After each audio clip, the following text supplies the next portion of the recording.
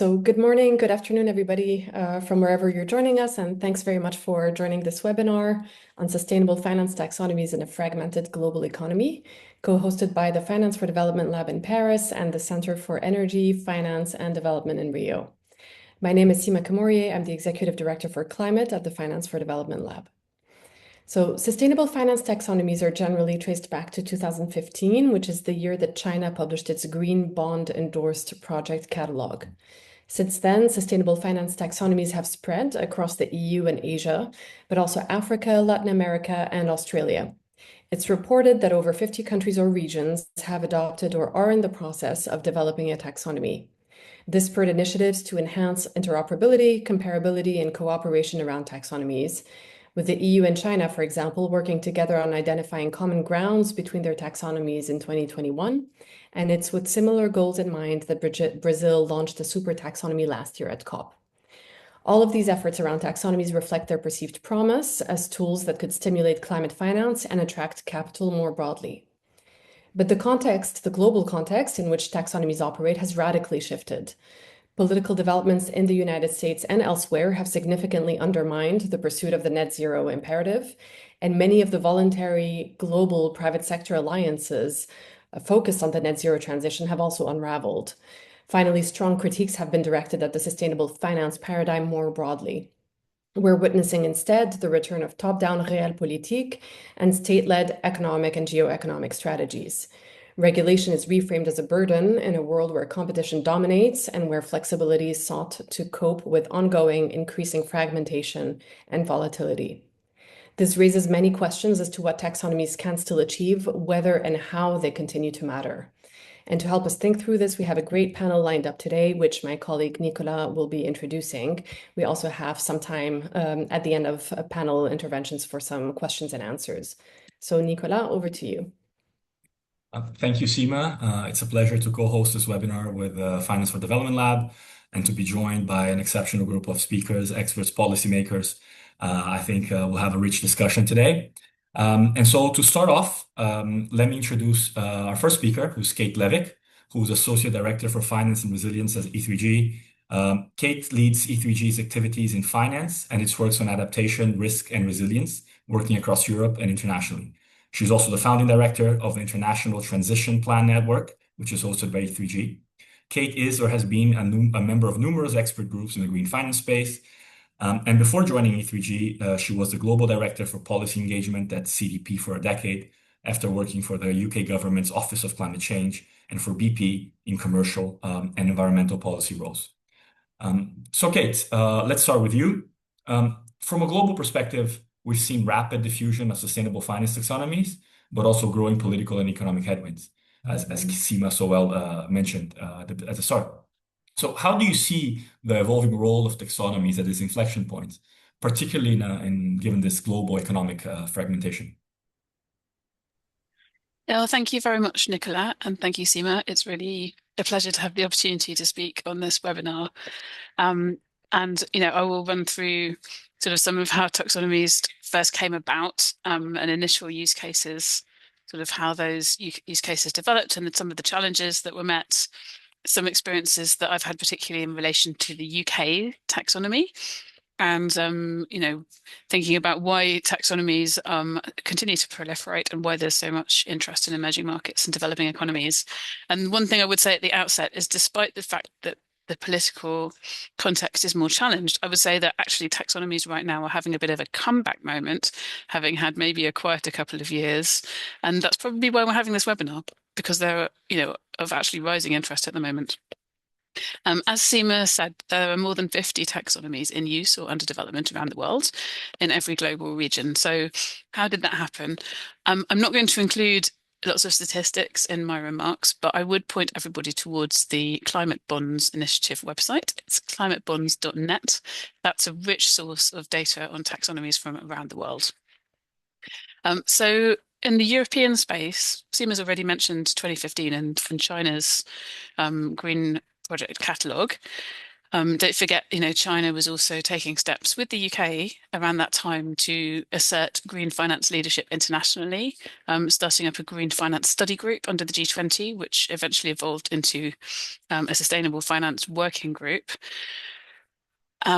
So, in 2018, the UK assembled a high-level expert group to look at sustainable finance. They developed an action plan that focused on taxonomy and disclosures by private sector firms as the two main pillars of an approach to European green finance. And, a couple of years later, they came out with a green finance strategy. The taxonomy, as originally envisaged, and then reinforced by the green finance strategy, had 6 environmental goals, which included climate, and also an intention to expand to social goals as well. I'm based in the UK. The UK followed on with a green finance strategy in 2019, which didn't yet say that the UK would have its own taxonomy, but interesting noting that who we've got on the call, else speaking, did note that already taxonomy was under development in Mexico. The UK did decide to create its own taxonomy not too long after as part of a package of green financial regulation measures that was announced around COP26. And it also set up a green technical advisory group of experts to advise the government on creating this taxonomy, which I'll come back to. China's obviously been a hugely important mover. It issued sort of national green bond principles, building out from the catalogue in 2022, and in 2025 announced an integrated green finance taxonomy that operated across different kinds of instruments.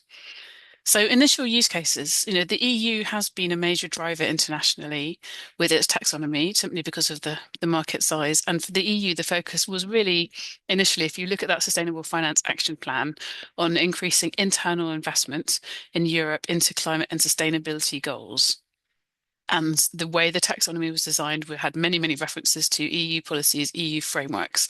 That was one of the initial factors that meant that it was difficult to create replicability and interoperability in other jurisdictions, because other jurisdictions could not just cut and paste the EU approach. They needed to come up with their own from scratch, given the level of EU-specific content in it.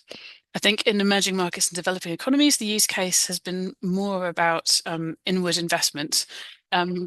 These countries started to move very fast to create taxonomies, partly supported by concerted efforts to support this by multilateral development banks. So, for example, there was a program of capacity building and maybe policy-based lending and so on across Latin America. I think generally, a lot of the rapid build-up has been with the support of international financial institutions. In Asia, the countries differ, obviously, but the region as a whole looking to work out how to affect this huge and very difficult energy transition, how to transition industry from very high fossil fuels and emissions. And also very keen to build out financial centres and include green finance and sustainable finance as part of that. So for them, taxonomy played a part in that effort. And of course, taxonomies are useful in the design of different financial instruments. So I mentioned that in 2025, China created an integrated taxonomy. What had happened before is that they had slightly different methodologies for taxonomy between their loan rules and their bond rules. So the integrated taxonomy kind of ironed out all of those. The United States, of course, never adopted a taxonomy, never showed any interest in adopting a taxonomy. I think it's sort of ideologically not the kind of thing that the US likes, but arguably the IRA, which had a whole list of supported technologies, played a similar kind of role to identify green industries and technologies that could guide investment. So in terms of use cases, as I said, outside the EU, I think a much stronger focus on inward investment in countries seeking private or public support for financing transition. It's also been seen as a way to raise money for NDC implementation and finance mobilization for climate finance. And, we've seen sovereign green bond issuance on the back of taxonomies worldwide. More recently, and I think this is part of the reason for the regaining of interest, there's also been, increased salience for green trade as a use case. How do we define what is green and green trade? Which industries, which sectors, which products? So there have been challenges to the use cases. One of the key challenges is from taxonomy's roots in green bonds. Is this a green activity or is it not a green activity? It's a very binary codified approach. And there's been over years a sort of, some industry backlash to that. Also, a genuine sort of intellectual backlash that's led to the creation of slightly more fluid transition finance frameworks. And that's included things like the development of more context-driven transition plans, something that I've worked on very closely, sectoral transition approaches, which have been very dominant in Asia, for example. And I'd say that for the same reason as taxonomy may not always be the right tool for transition because of the importance of context, it also can be challenging for adaptation. In addition, certainly in Europe, the roots of taxonomy development in this very technocratic approach, without necessarily securing high-level political buy-in, has led to a backlash. So we saw the first backlash during the pandemic when Europe issued European green bonds, and this was a public sector action, whereas previously the taxonomy had only ever been intended for use by the private sector. So the conversation around whether the green taxonomy should be used for the issuance of European green bonds, I think was a little bit shocking for some who maybe hadn't been following this and didn't understand that some technocrats had decided what green meant. So the ultimate conclusion of that was there was some watering down of the European taxonomy. Gas and renewables were famously increased, which just helped some of the non-compatibility of different taxonomies. And then more recently, as part of the simplification agenda in Europe that played out last year for finance, we've seen the scope of companies that need to use the taxonomy reduced and used to be voluntary. So we see that backlash in play. That, as I've said, that European focus on a sort of inward investment or intra-Europe investment and focus on European rules, etc., also led to a proliferation of nationally driven approaches elsewhere. That's really positive for countries identifying their own needs. It's maybe not so helpful for mobilizing finance at scale across countries. The common ground taxonomy that the EU and China agreed was seen as an early attempt to bridge that, but also somewhat got bogged down in geopolitics with the complicated relationship between those two major powers. So there have been subsequently lots of efforts to build interoperability retrospectively, and Sima's mentioned some of those. The Common Ground taxonomy now has Singapore in it as well, and is actively looking at additional members. There was an Azerbaijan COP presidency initiative and the Brazilian one that Sima mentioned. There are increasingly regional taxonomies, including Latin America and Caribbean, ASEAN, Africa. There's a Singapore-led regional effort that builds on ASEAN. And the IMF has consistently pointed out the desirability of international consistency and interoperability. I feel like I'm a bit over time already. Do you have time for me to say a little bit about the UK, or shall I pause? Okay, so going to the UK use, the UK is not a great poster child, but maybe it's interesting to just spell out what happened there. So around the decision not long before COP26 that the UK would create a green taxonomy, there was a decision also to create a green technical advisory group to advise on its development. I was a member of that group, so I did get to see this not totally from the inside, but from a reasonably well-informed vantage point. The UK found that creating a taxonomy obviously is not an easy task, even if you have the EU taxonomy to start with as a base model, and it eventually created a couple of additional advisory groups, one relating to energy, which obviously is a particularly sensitive topic, and one relating to nature. So a key issue in the UK was that it was never completely clear why the UK wanted to do a taxonomy. That wasn't completely evident in the initial announcement. So the UK notoriously has domestic legally binding emissions reduction targets, which of course require investment. So was the taxonomy to guide the UK's own transition, which is what many countries are using their taxonomies for. But the UK also has a goal to be the world's leading green finance centre. So was this more for the financial sector and for investment in other countries? And what about the public sector uses? Clear early use cases for the UK taxonomy were, first of all, for the issuance of UK green bonds, which was, the UK came up with a framework for its green bonds, but did say at the time that this was provisional until the taxonomy was ready. And another obvious use case was for the UK Infrastructure Bank, which was a recently created public finance institution with a goal to support net zero transition in sort of key sectors and industries. However, the implementation of actually signing off and publishing a UK green taxonomy was consistently delayed, and there were lots of factors in that. There was a lot of political churn in the UK over those years. There were obviously very difficult politics around energy, particularly in the context of the Russia invasion of Ukraine and the energy price spikes that created in the response to that. The EU was walking back its own taxonomy, as I've talked about in that context. And of course, for the UK, that was a very dominant sort of neighbouring policy to be aware of. The UK also had, some limited civil service capacity, and given that the EU taxonomy already existed, that's quite an unattractive effort to impact ratio for creating a slightly different UK version, and possible challenges to EU politics, which were delicate at the best of times. And then finally, that original commitment to create one was made under a previous government. So with all of that going on and the lack of use case clarity, I think it was kind of inevitable that the current government did decide not to go forward with the taxonomy. However, despite all the challenges that we've seen, like taxonomy in general as an idea seems to have become kind of a FOMO issue. You don't want to be the country that doesn't have a taxonomy or isn't competitive with others in the region. And that does put the UK in an awkward place in Europe. But I think it's also partly why we see so many other countries with the taxonomies all over the world, seeking green investment and trade, seeking to show leadership, seeking kind of clout within their region. The key use case, even going back to China's work and the EU's original idea, was to mobilize investment and to track financial flows. And as a tool for doing that, it has to a reasonable extent been successfully integrated into the finance landscape. We've seen lots of variations according to regional context. Those include adaptation, transition, social goals, nature and other environmental goals, circular economy. You name it, someone's got a taxonomy for it. And it's also being seen as a key element of wider green and transition finance frameworks.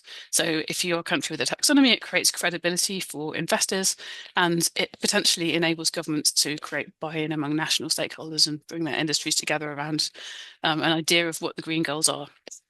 So I will finish there, but thank you very much. And I hope that's a helpful start.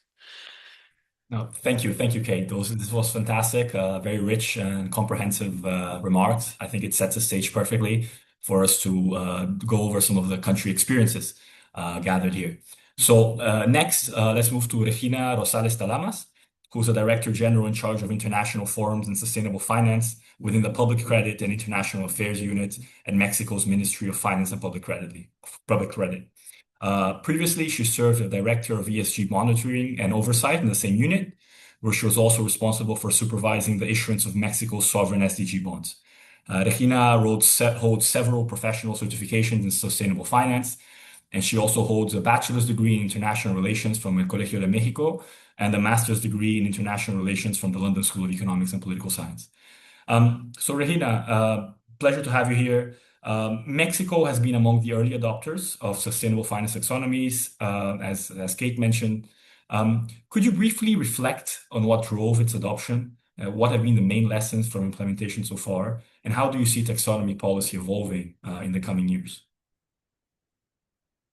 Thank you, Nicolas. First of all, thank you for the invitation. And following a bit on what Kate was mentioning, how the story went. So I'm going to talk briefly about Mexican experience. So we get a lot of questions on why our taxonomy is different. And the main answer is because we are an emerging market. So as an emerging market, we have more issues besides climate change or besides the environmental focus. So we have all the social aspects, right? And so our taxonomy became sustainable in trying to impact these two areas. So on the one side, the environmental challenges that we have, and on the other side, all the social inequalities. So the first step was to create this taxonomy. And we actually have three main objectives. So it is mitigation and adaptation to climate change. And on the social aspect, we have the gender equality. The gender equality index was created specifically for this taxonomy. We worked with, back then it was called the Institution for Women. It has now been upgraded to ministry.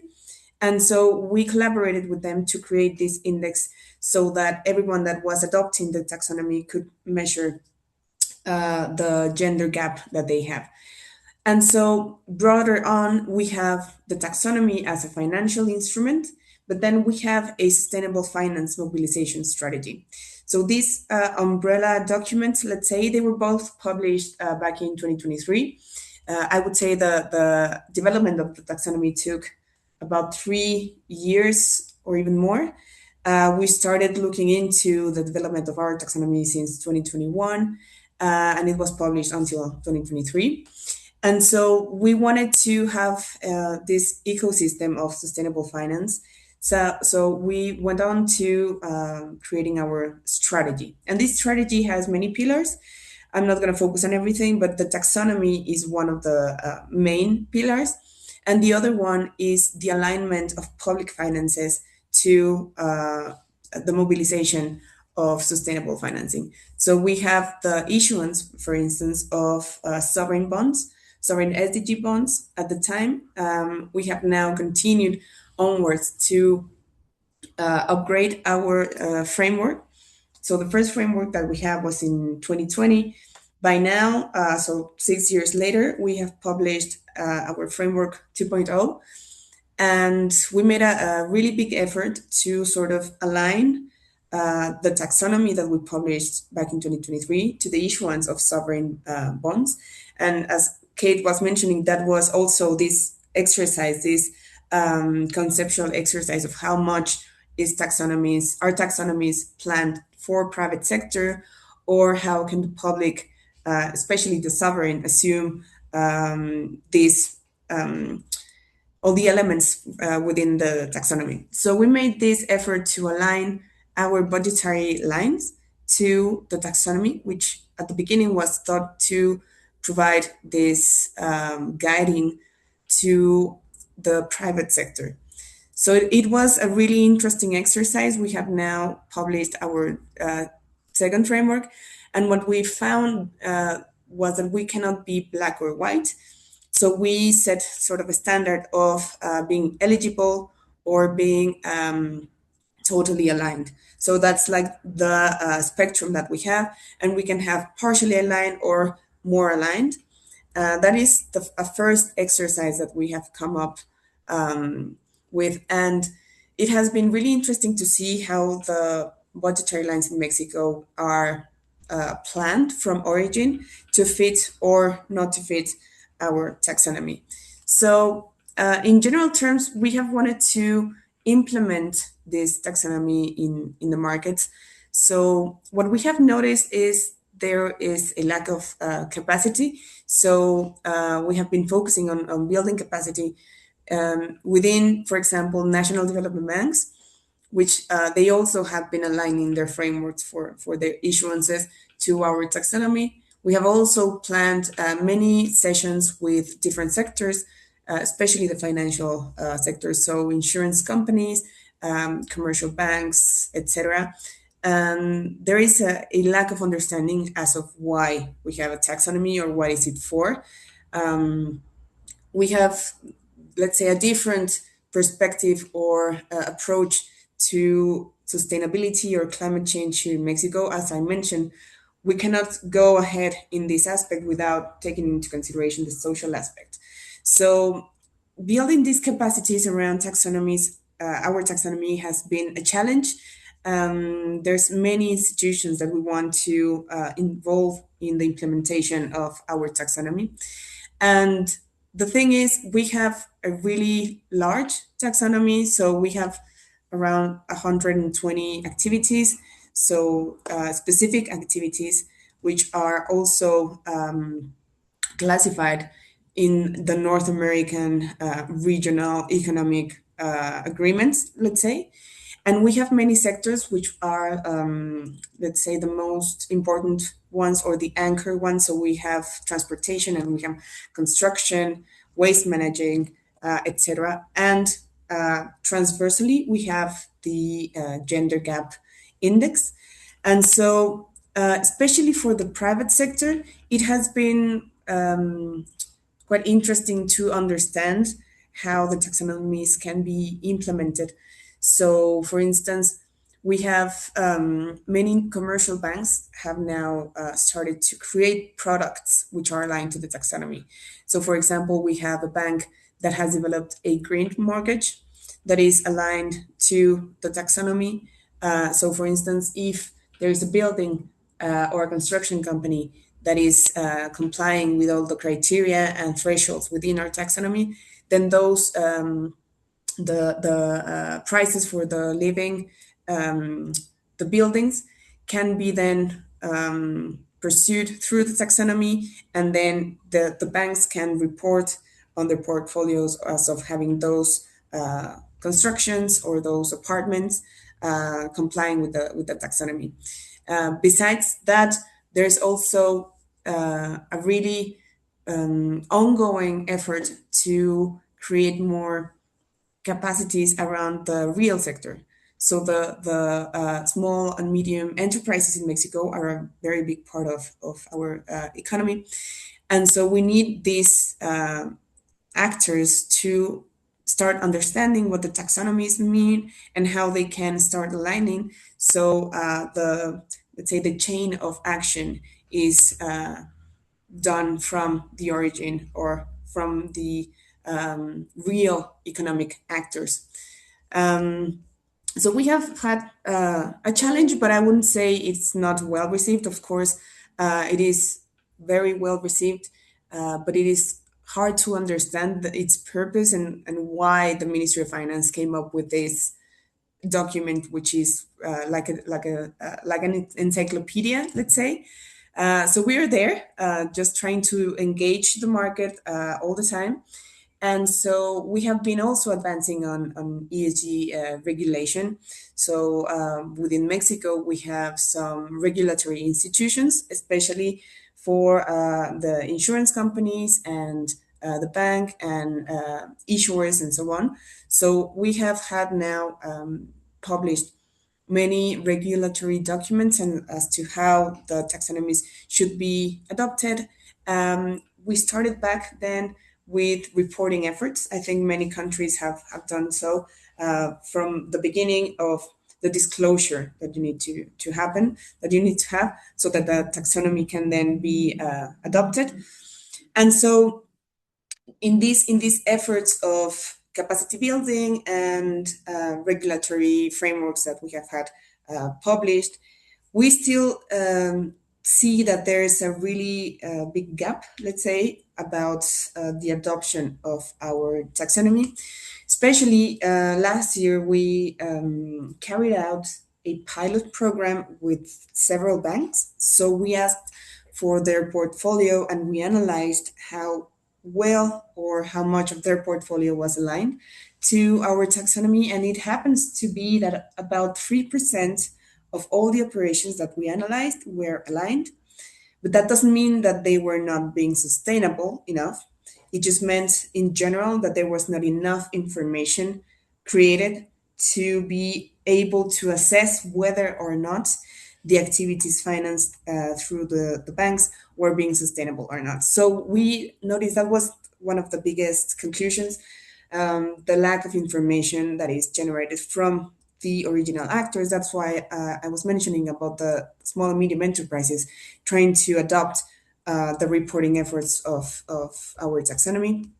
So we still have many aspects that we need to address, and we need to create more efforts to adopt and implement the taxonomy. We see from the sovereign aspect, we have now our framework 2.0, where we try to align our SDG bonds, which have we have the budgetary lines addressed there. We are trying to align that, the development banks as well. So from the public sector, there has been a constant effort. It is now turned to the private sector to sort of start using this tool, because it is a tool for everyone within the economy to adopt and to create the culture and the understanding of what it is to be implementing a taxonomy in the real economy.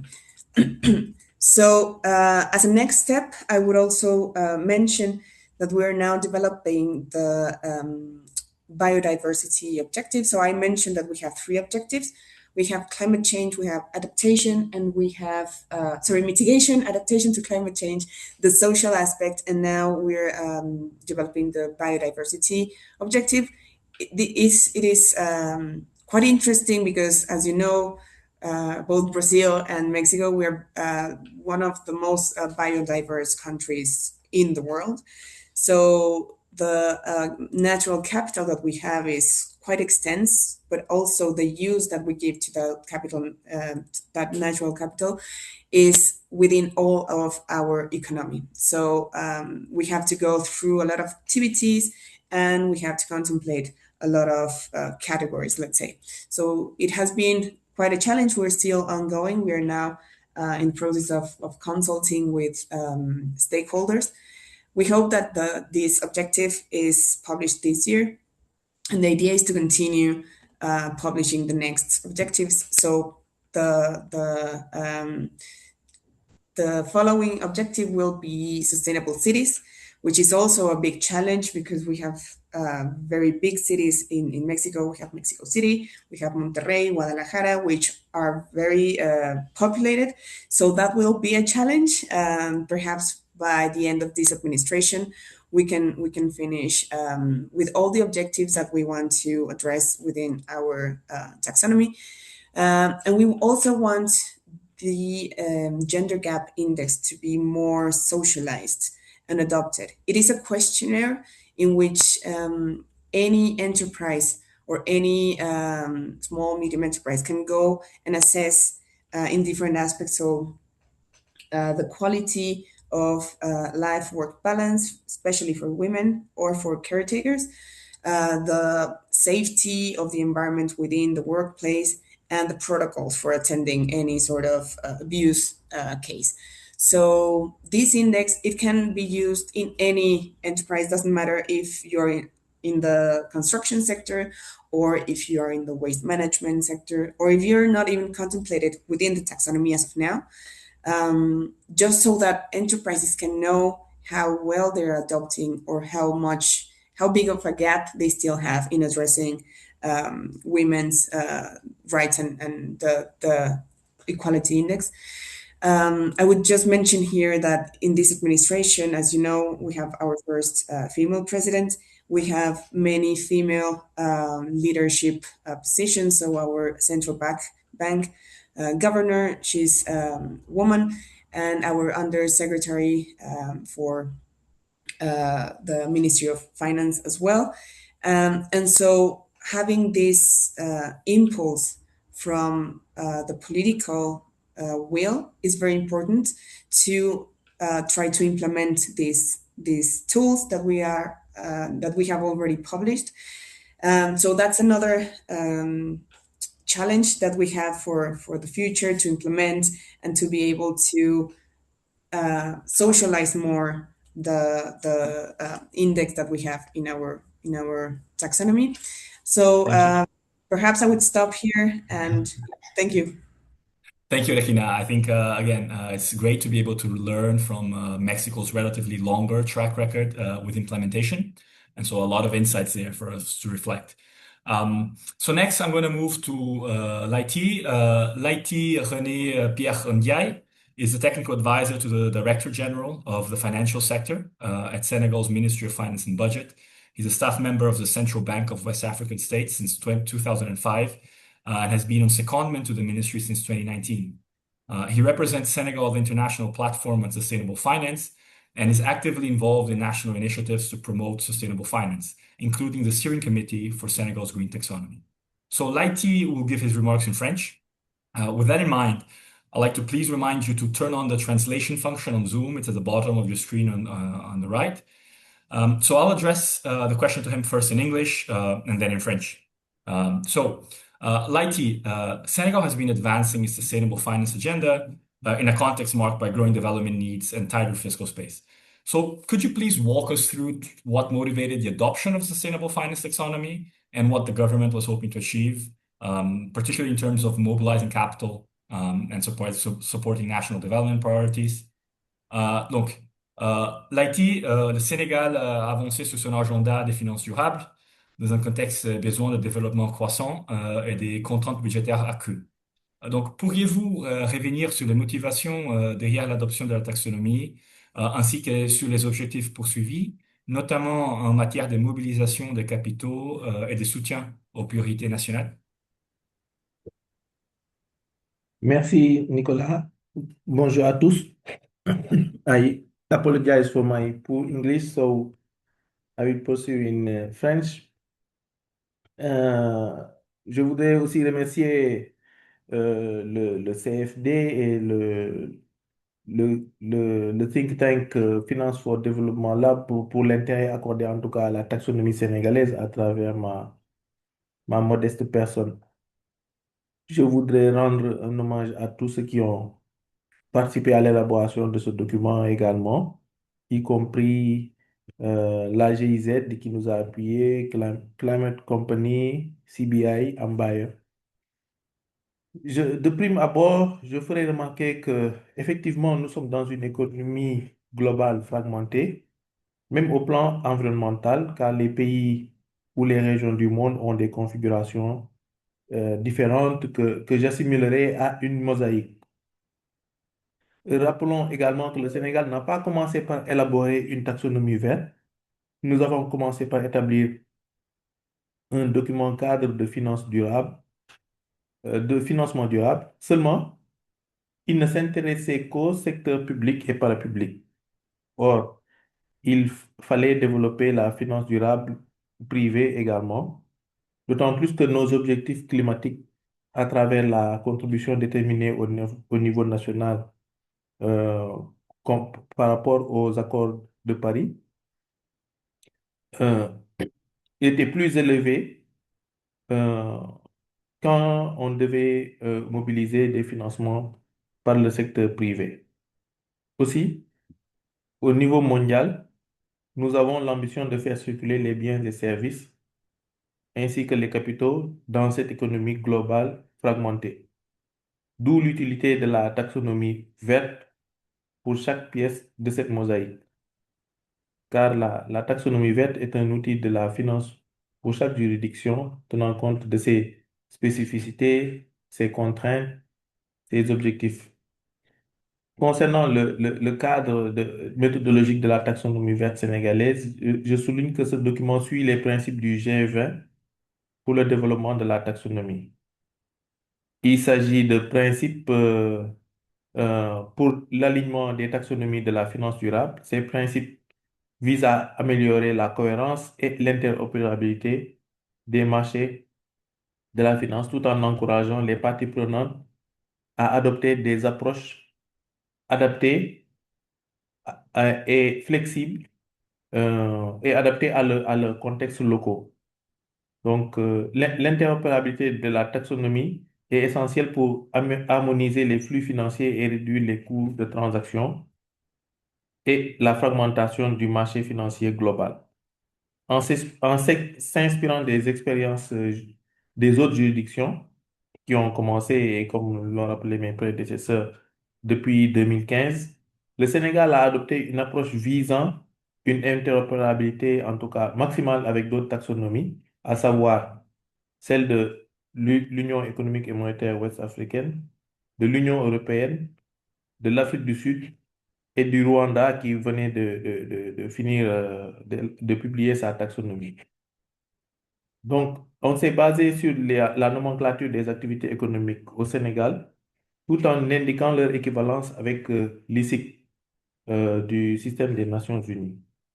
Deux objectifs environnementaux ont été retenus dans cette première version. Il s'agit de l'atténuation et de l'adaptation. Toutefois, en application du principe de ne pas causer de préjudice, DNSH en anglais, et à d'autres objectifs durables, euh, comme euh, comment dire, les garanties sociales minimales, les autres domaines comme la biodiversité ou la lutte contre la pollution sont pris en compte. Par ailleurs, dans un souci de prise en compte des priorités nationales, tant économiques qu'environnementales, nous avons commencé par une analyse de priorisation des activités économiques. 6 secteurs ont été sélectionnés considérant leur importance stratégique pour le Sénégal. Euh, donc, il s'agit de l'agriculture avec un grand A, euh, de l'industrie, de l'énergie, du transport, de la construction, ainsi que de l'ensemble formé par l'eau, l'assainissement et les déchets. Euh, Maintenant, par ailleurs, les, les secteurs ont été sélectionnés en fonction de leur contribution aux émissions de gaz à effet de serre, aux flux d'investissements directs étrangers qu'ils arrivaient à capter, à la contribution au produit intérieur brut et à d'autres critères dont l'emploi des femmes.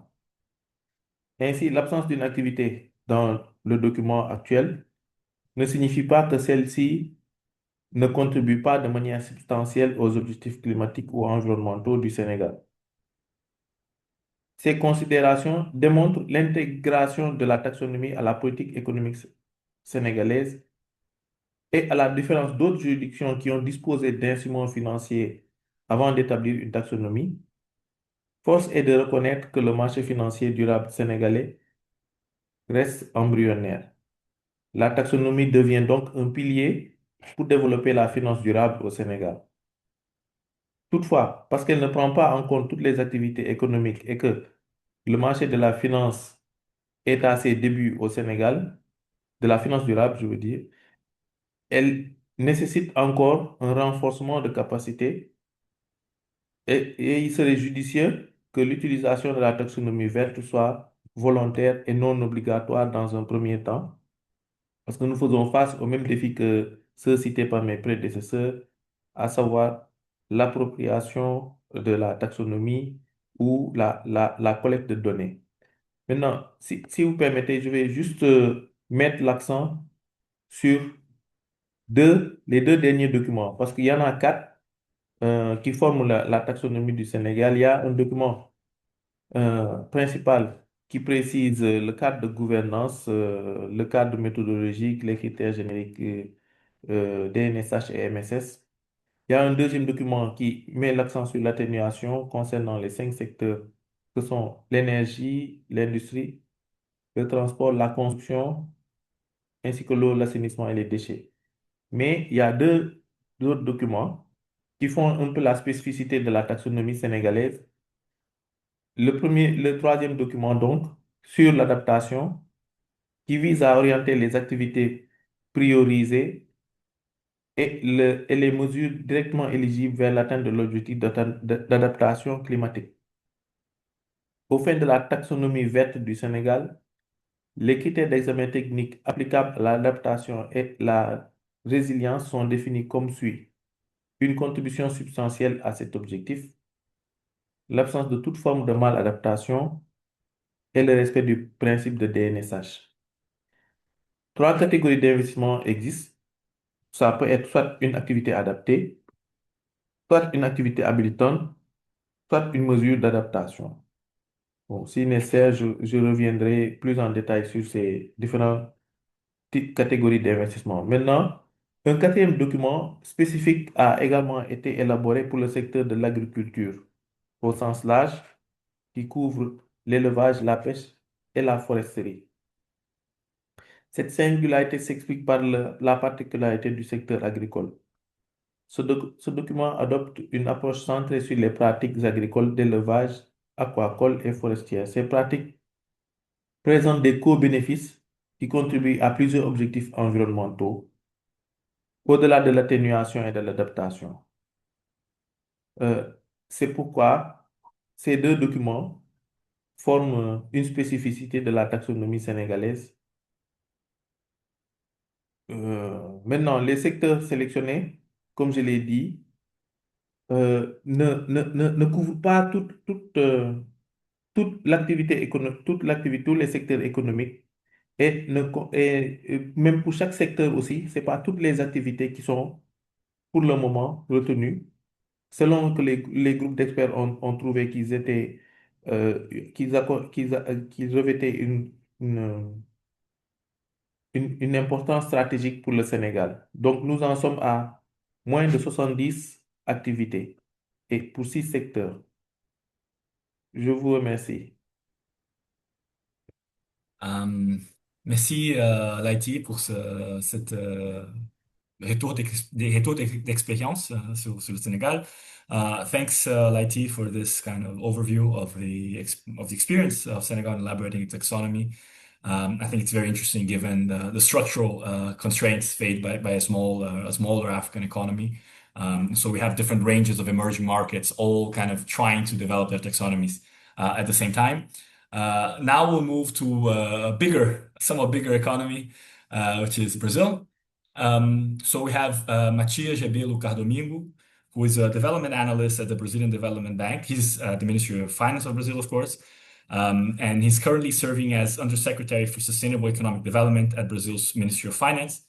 Matias holds a master's degree in economics from the University of São Paulo, and he previously served as a researcher and coordinator at the Research Center on the Macroeconomics of Inequality, and as vice president of the Visconde de Cairu Academic Association at the same institution.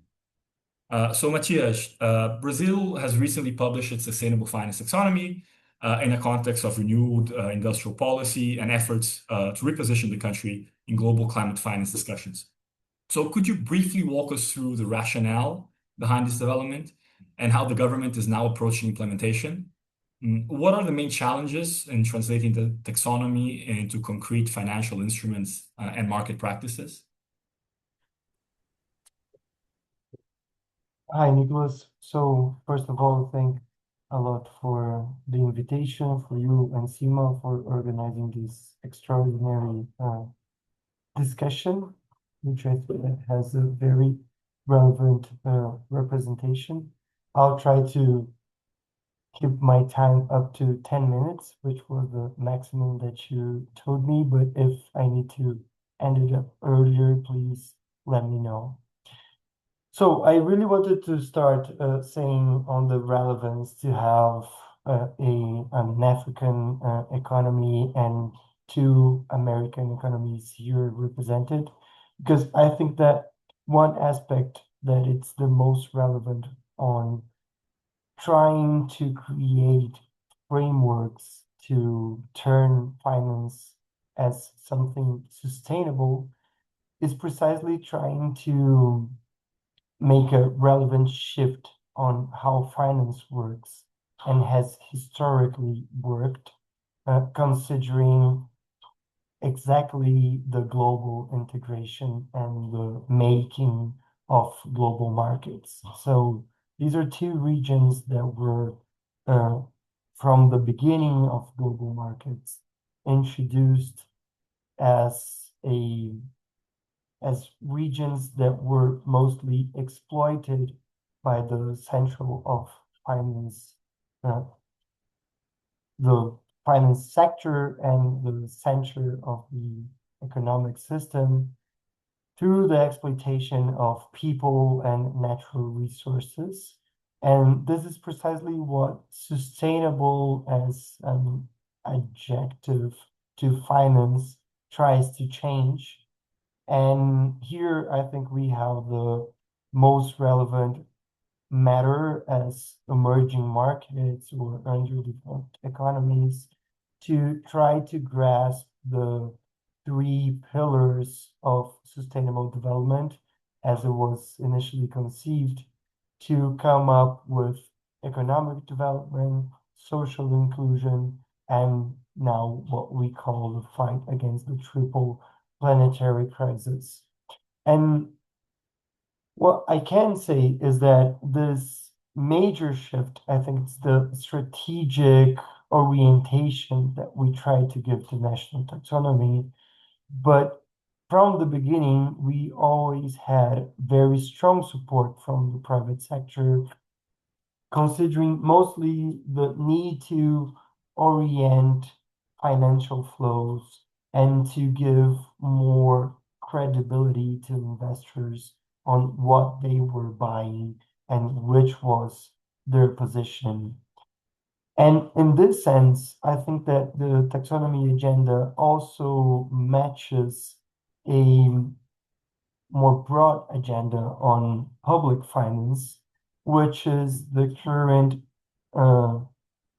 the current proposition of this administration to make fiscal rationalization and fiscal adjustments, considering which is the social and environmental benefits that public spending has.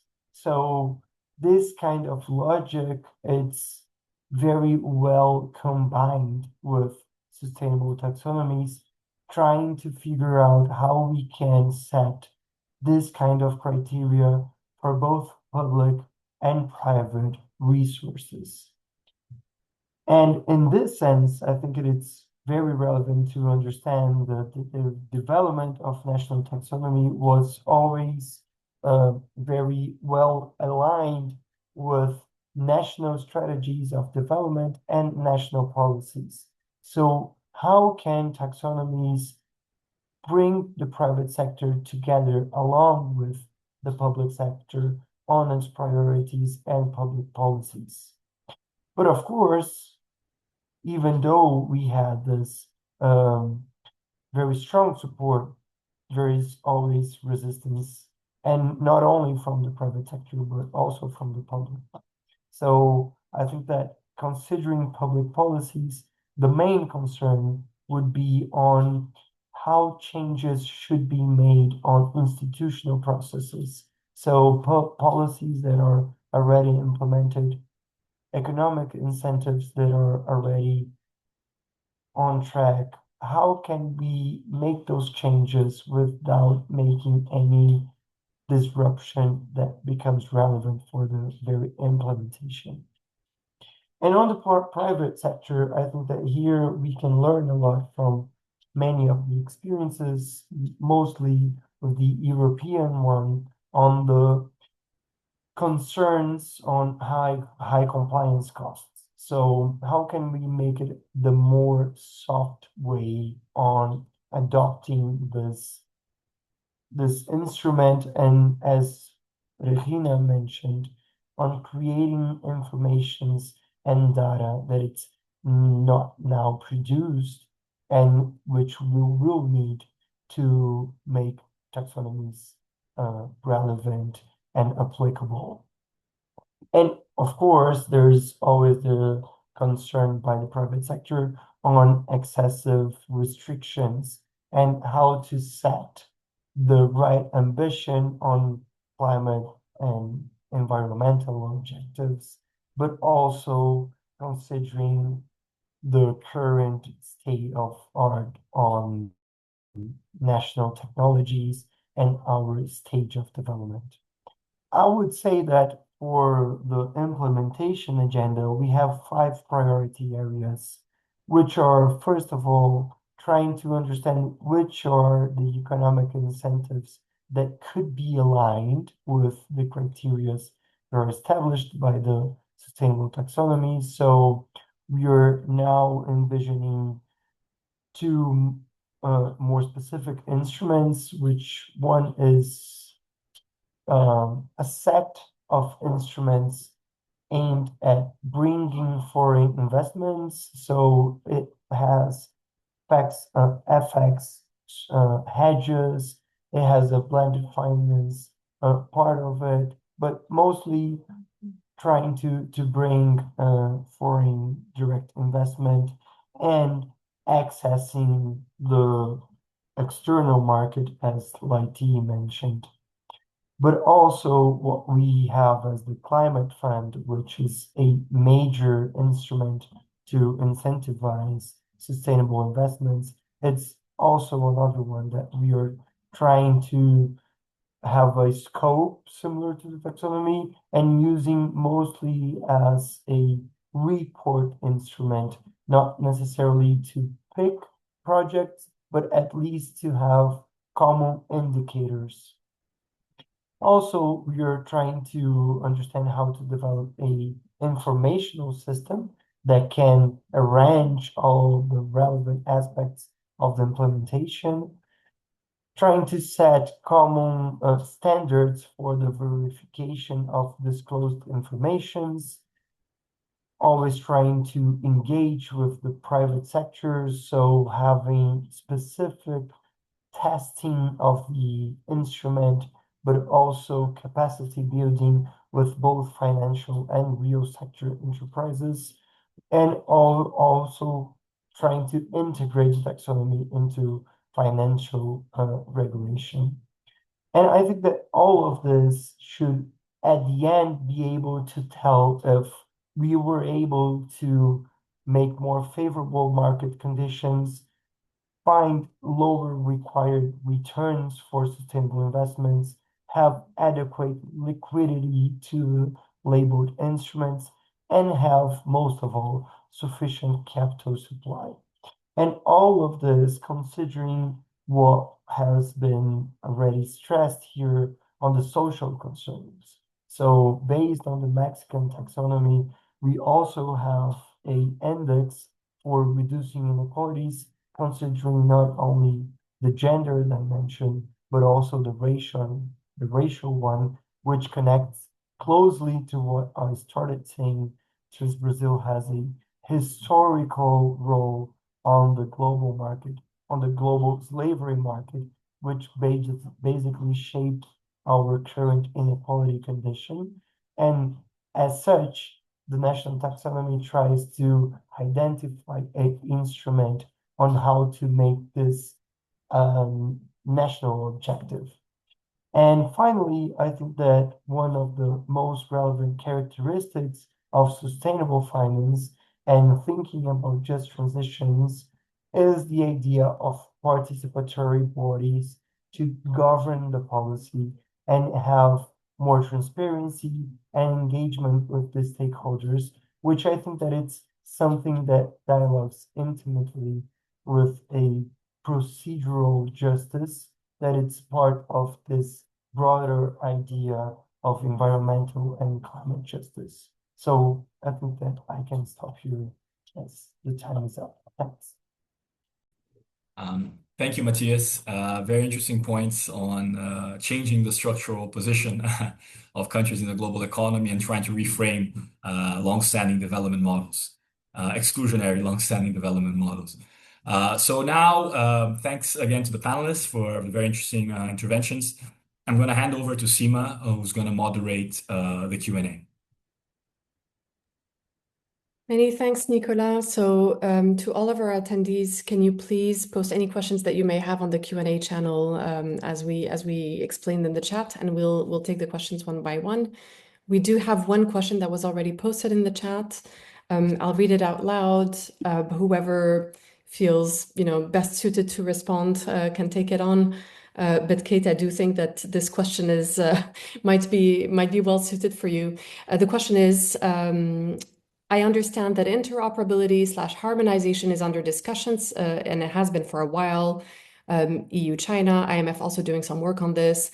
Apparently, this may be at the top of the agenda of the coming G7 with a broad exception of harmonization.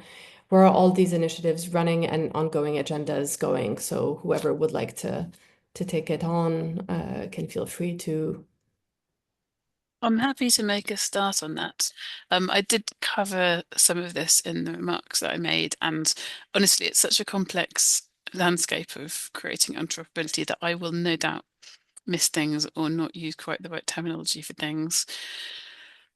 So yeah, I mean, the IMF has advocated for sort of harmonization or interoperability for a long time, and as part of a wider vision of what the global climate information architecture should look like, in which taxonomies play an important role. I think in practical terms, one of the key things that the IMF has done is to co-chair the EU's international platform on sustainable finance, which has been a forum for lots of different regulators from many countries to come together and do work. And in the last year or two, that group, or that venue, has really focused a lot on bringing taxonomies together. They published sort of key working reports around that at COP30. It's not clear right now to what extent that group's going to be active in the near future. So it's not clear whether that's going to remain a champion grouping in the next year or so, but certainly it has been a place where this was very much discussed, and there was a forum for countries to sort of discuss interoperable approaches. There's also been strong interest in this from the last couple of COP presidencies. Sima had mentioned Brazil, but also before that, Azerbaijan. And I think, within that context, there are some key countries that have been really sort of driving efforts, trying to build up regional taxonomies. I mentioned, for example, that Singapore has done work at, building out a sort of an additional layer on top of what was already a regional approach in terms of the ASEAN taxonomy. And Singapore has also joined the Common Ground taxonomy that was set up some years ago between the EU and China, that had sort of stalled a bit in terms of momentum. The addition of Singapore and renaming it to the MCGT, I can't quite remember what the M stands for, but it's something like multilateral Common Ground taxonomy now. So very much an open invitation for other countries to come into that as well. So I don't think there's one place where it's happening, but it is possible looking at the landscape to see some of the key drivers, some of the key countries driving it. And I think there's enough energy and momentum around that different presidencies that are looking for leadership opportunities are going to continue to pick this up and keep the ball bouncing through. So, between Turkey and the Pacific, I would be amazed if something doesn't turn up in the next sort of COP presidency round as well. But it's fundamentally not one place, but a sort of constant dialogue between countries, with some countries particularly keen on advancing this agenda and some institutions. Thanks very much, Kate. Matias, I was wondering whether you'd like to elaborate on that and let us know a little bit where or how you see the Brazilian super taxonomy efforts sort of evolving in this landscape, where there are a lot of efforts underway to sort of get standards to come a little bit closer together. Thanks, Sima. So I think that Kate brought the main instruments, and M stands for multi-jurisdictions inclusively. And the idea of the plan to accelerate solution called super taxonomy. And here I think I have to briefly explain the action agenda proposition of the Brazilian COP presidency. So the action agenda is now structured in 6 axes, which are the same axes that came from the first global stocktake on the Paris Agreement. And within these 6 axes, it was created 30 working groups on different themes, and one of them is sustainable finance. Each one of those working groups it's composed by international initiatives, and some of those initiatives presented what was called a solution. So interoperability of taxonomies is one of the solutions, and then those initiatives were asked to present what is now called the Plan to Accelerate Solution, which is a plan that has a 5-year span. So it tries to set some landmarks on how we can understand the advancement of the agenda for the following 5 COPs, something like this. And the idea for the super taxonomy was actually to try to integrate with the taxonomy roadmap initiative that was launched by Azerbaijan, and which is the initiative that now gathers, I think, most of all the multilateral institutions that are currently working along countries to develop regional or national taxonomies. And so beyond that, I think we have 2 other relevant initiatives. One is the International Platform for Sustainable Finance, which has the working group on taxonomies that was the one responsible for the CGT and now MCGT, and also another initiative from UNEP-FI, which is Net Zero Nature Positive Taxonomies, which is a 12-country project to try to bring biodiversity criteria to be embedded in climate taxonomies. So the TRI, the Taxonomy Roadmap Initiative, it's like a broader umbrella that tries to work along with all the multilateral jurisdiction, all the multilateral institutions that support technically countries.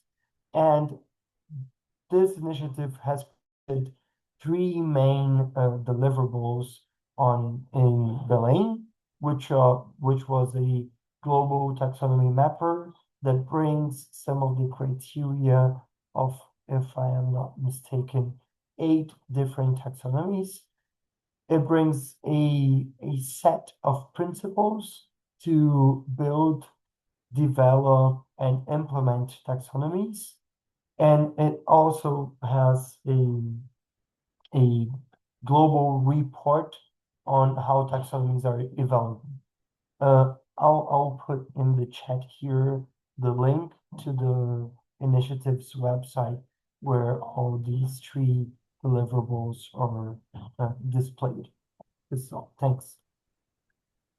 Thank you very much, Matias. And Regina, I think you wanted to weigh in. Please come in. Yes. Thank you, Sima. I was just, well, I wanted to mention one effort that we had within Mexico, which was the publication of our report between the how comparable or interoperable are the Mexican taxonomy and the European Union taxonomy. We published that last year, and we found out this was, let's say, a bilateral effort. So I think Matias gave us a really good broad overview of all the efforts, the multilateral efforts, especially with the multilateral institutions that weigh in within the countries. In this case, it was more of a bilateral effort directly with the European Commission.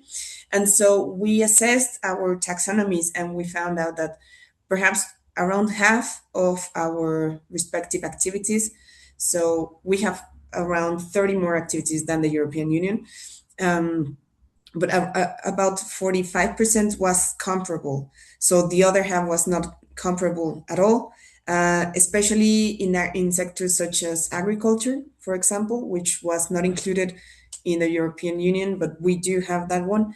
And in some cases, the European Union was more rigorous in the thresholds. Let's say, for instance, I think forestry was more rigorous, and then for Mexico it was waste management. So we have a bit of a difference in approaches to what means to be sustainable in both jurisdictions. And I think it was a very good initial effort to see how perhaps the institutions that operate in both jurisdictions can go around in both ways and reporting in both jurisdictions. However, we did take into consideration that for the European Union, it is mandatory, or by the time it was already published, the regulation, and for Mexico, still, well, it is still voluntary. So that's, I would say, a big difference in the way they are adopted. But for example, the Mexican economy is quite intertwined with, let's say, German or French. We have investments that go both ways. So having this interoperability is really good, and it will work for banks and institutions that work in both jurisdictions. I would like perhaps to see more interoperability between Latin American taxonomies, and we do have many areas in which we can coincide. I think Matias mentioned that there was some efforts on that, but yeah, I would leave it at that. Thanks. Thanks so much, Regina. That was actually very, very interesting. Thanks for sharing. Next, we have another question actually related to interoperability again, but this time in the West African region. So this one is for you, Ndiaye. I will read the question first in English and then I'll translate it in French, and please feel free to respond in French. So this is about the West African Monetary Union and the central bank's project to launch its own taxonomy, in addition to other existing taxonomies, whether national in Senegal, Benin, soon to be published, or Côte d'Ivoire. The question is, how does Senegal view interoperability in this context, given the very notable transition and adaptation differences amongst West African countries, amongst others, and given the dual role of taxonomies depending on their design from a climate finance and climate risk management and data perspective? Donc, Laity, la question qui vous est posée porte sur le projet de la Banque centrale de l'UMOA, qui a le projet de lancer sa propre taxonomie, en plus des taxonomies existantes, celle de l'autorité des marchés financiers de l'UMOA et des taxonomies nationales qui existent au Sénégal, au Bénin, ou qui va bientôt être publiée au Bénin, en Côte d'Ivoire. Et donc, la question est comment le Sénégal envisage l'interopérabilité dans ce contexte, vu les différences notables en matière d'adaptation et de transition entre les pays d'Afrique de l'Ouest, entre autres, et vu le double rôle des taxonomies dépendant en fonction de leur conceptualisation, d'un point de vue de mobilisation de la finance climat, mais aussi d'un point de vue de gestion des risques climatiques.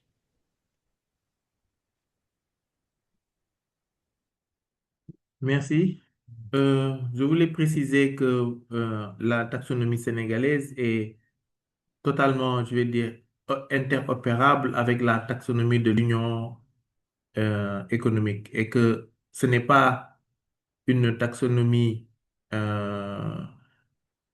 de la Banque centrale, mais de l'autorité des marchés financiers.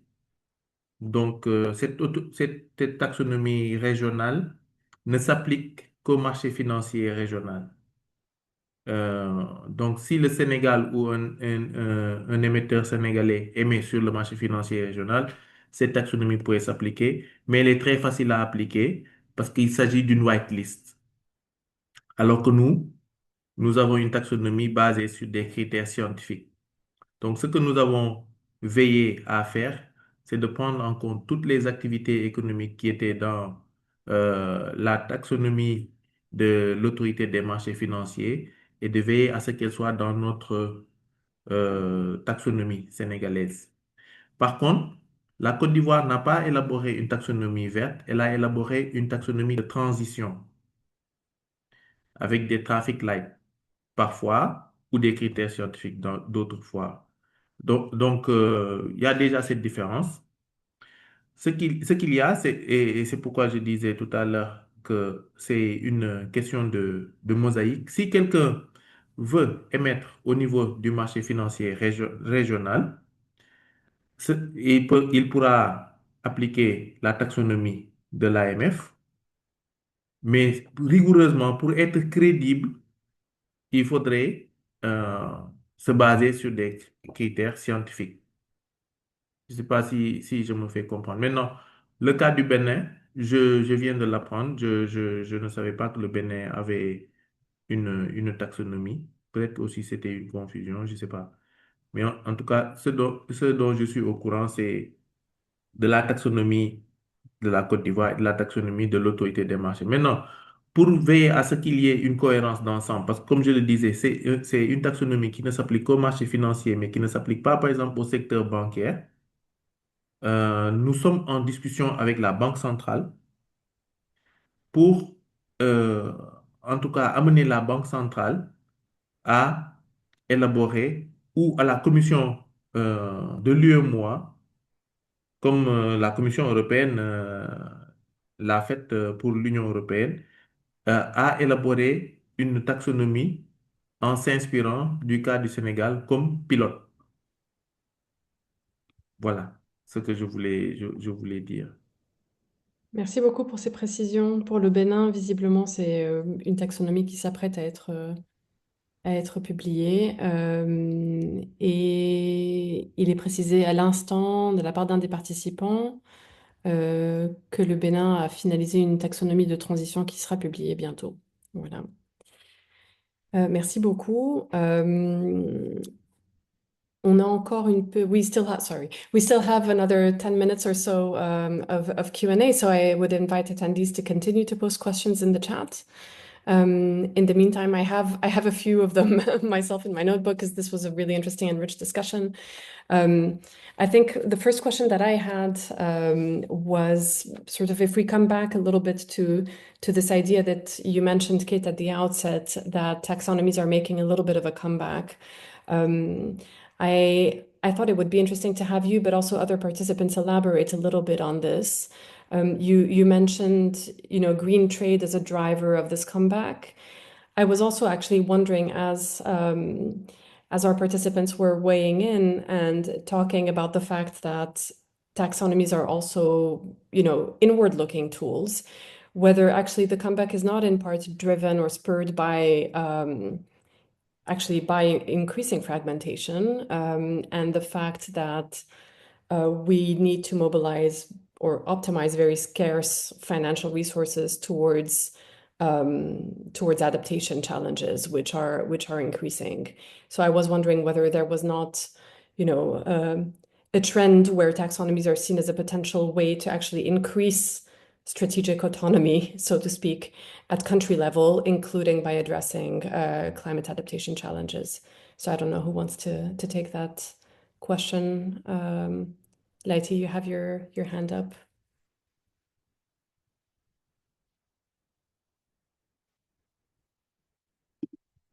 Monsieur Ndiaye, vous vouliez répondre à la question? Oui, je voulais, je voulais revenir un peu sur l'interopérabilité et confirmer ce qu'a dit Mathias, mais aussi parce que je suis membre de la plateforme internationale sur la finance durable, donc de l'IPSF, dire que ce qui est projeté, d'abord, même avant même ce qui est projeté, dire que le Brésil a émis le souhait d'adhérer à cette plateforme. Donc, c'est déjà une étape, puis que les 7 principes de l'interopérabilité des taxonomies qui ont été adoptés à la COP30 ont été proposés par l'IPSF. C'est l'IPSF qui a travaillé et a fait la proposition, puis arrivé à Belém, on en a discuté et quelque part, je vais dire que ils ont été adoptés à Belém. Maintenant, pour ce qui est du je ne voudrais pas me tromper, du MCGT, donc Multi-Jurisdiction Common Ground Taxonomy. Les discussions sont en cours également au niveau de l'IPSF et sont actuellement menées par la Chine en coprésidence du groupe de travail sur la taxonomie. Parce qu'au sein de l'IPSF, il y a un groupe de travail sur je vais dire l'interopérabilité. Donc, c'est la Chine qui est coprésidente avec l'Union européenne de ce groupe de travail sur l'interopérabilité. Et bon, c'est des travaux qui sont envisagés au cours de cet exercice 2026. Voilà. Merci beaucoup pour ces précisions.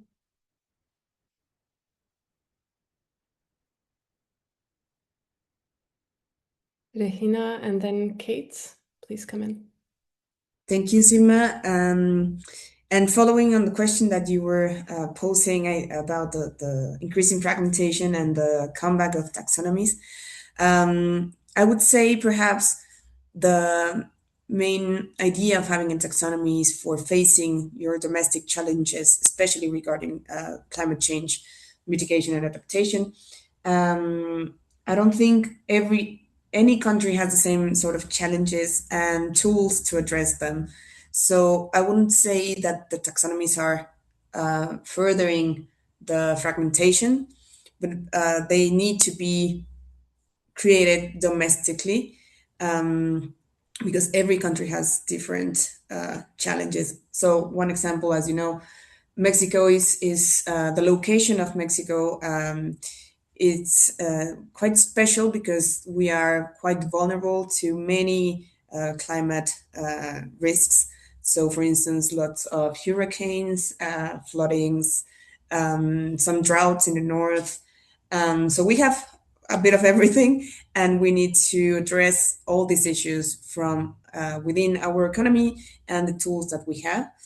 Having said that, I don't think it is an effort to stay behind or away from the global economy. We have more than 50 free trade agreements with many countries and jurisdictions, but I don't think this is I don't know in English, a way to oppose or to halt all the investments and the integration that we have in the global markets. Thanks very much, Kate. I'll be quick on this because we had such rich inputs from those who came in already, but because I did mention this at the beginning, and I think you picked up on it, Sima, I'm sure you're right that there are many sort of trends around why so many taxonomies, including fragmentation, but just to say that the proliferation of different taxonomies all over the world actually has been going on for quite a number of years through a mixture of sort of different geopolitical environments. So I think there's something that's potentially just very valuable for countries to do this, kind of as Regina says. But I do also think that, certainly from my perspective and as an observer, the beginnings of them being a little bit more kind of back in discussion in the international context, and where people started to talk about interoperability again a lot more, feels like, particularly got a bit of a boost when we started to see major trade disruptions. So that's, about a year ago now. And while, there's still no sort of clear reconfiguration of the global trading system, there's still a lot of flux there. I think it just sparked an increased interest in other different trading configurations, different types of partnership, including sort of trading agreements around green industries and products and so on that would be of interest to some countries, not for others. And I think that whole space in a way got opened up, and people started to see that in that space taxonomies were an important definitional component. So I do think it added a boost, but I'm sure it's not the only ingredient by any means. Thanks so much for adding that extra flavor to the discussion. Super helpful and really fascinating, your perspective and Regina's as well. I think we have time for one very last question. I think Regina and Matias, you're perhaps best placed to respond to this one. I'll translate it because it was asked in French in the chat. The question is, how can green taxonomies be used for green budgeting purposes? Can you please just sketch out the overarching guidelines of how that works exactly? So I guess green budget tagging and the like. If you could share briefly your experiences, perhaps 2 minutes each. Thanks very much. I think I can start here. So the Mexican case actually goes the other way around. So we started with the tagging of the budget, then we moved on to the issuance of SDG bonds, then we moved on to creating the taxonomy. So the sequence might not be the the best, but that's the way it happened in history. So we started back in 2017, 18, and we did the tagging with the SDGs. So the way the Mexican budget is created is we have specially designed objectives for each of our budget lines, and those were comparable to not all the SDGs, but some of the SDGs. We created this sort of sub objectives. And so we had this alignment, and it was made at a program level, so not at the use of resources level. I don't know if I'm explaining myself, but you could say the whole program was aligned instead of 5 pesos or 100 pesos for this and this. So with that exercise in mind, then we had a categorization of those budgetary lines that were aligned. And so on that amount, we started the issuance of SDG bonds. But now that we have the taxonomy and we have published the framework 2.0, we did that exercise about aligning or see how well aligned these budgetary lines were to the taxonomy criteria and the thresholds. And we came up with this not eligible, kind of aligned, or like partially aligned, more aligned, and totally aligned. I think only 3 budgetary lines were totally aligned, which were the Conservancy for National Protected Green Areas and the sort of those programs. But I think that the next effort will be to then take that categorization of aligned, not aligned, very well aligned, and start creating the necessary changes in our budget. So that we went the other way around. Thanks, Regina. Matias, did you want to very briefly come in? And then I'll hand it back over to Nicolas to wrap us up and detail next steps. Yeah, to be very quick, actually, I think that the 3 instruments that Regina mentioned worked quite independently here. So the ESG bond framework was made with a separate whole strategy. The tagging of budget, the budget tagging was developed quite recently, actually. And on side of that, we have the taxonomy development. What we are now trying to do is to bring the sustainable bond framework along with the taxonomy, so trying to align the 2 of them, especially considering the concerns on reporting for the bond. And we are still trying to figure out how to do it with the budget tagging. So I think this is the broader scenario. Thanks. Many thanks. Great discussion. Nicolas, over to you. I'd like to thank the panelists, thank Sima as well for the great collaboration in putting this webinar together. I think we had a very rich discussion. It's great to be able to assemble people who have been working in practice and have so much experience on the topic. And so, for next steps, please stay tuned. I think here at CFD, we're continuing to do research on taxonomies. You can follow us at cefd.eco. For work on green finance, green transformation, including taxonomies. And this webinar will be posted on YouTube. So for colleagues who weren't able to attend the webinar, it will be available. And we hope to keep the conversation going. Have a great day. Thanks, everybody. Bye. Thanks again for joining. Thank you. Thank you.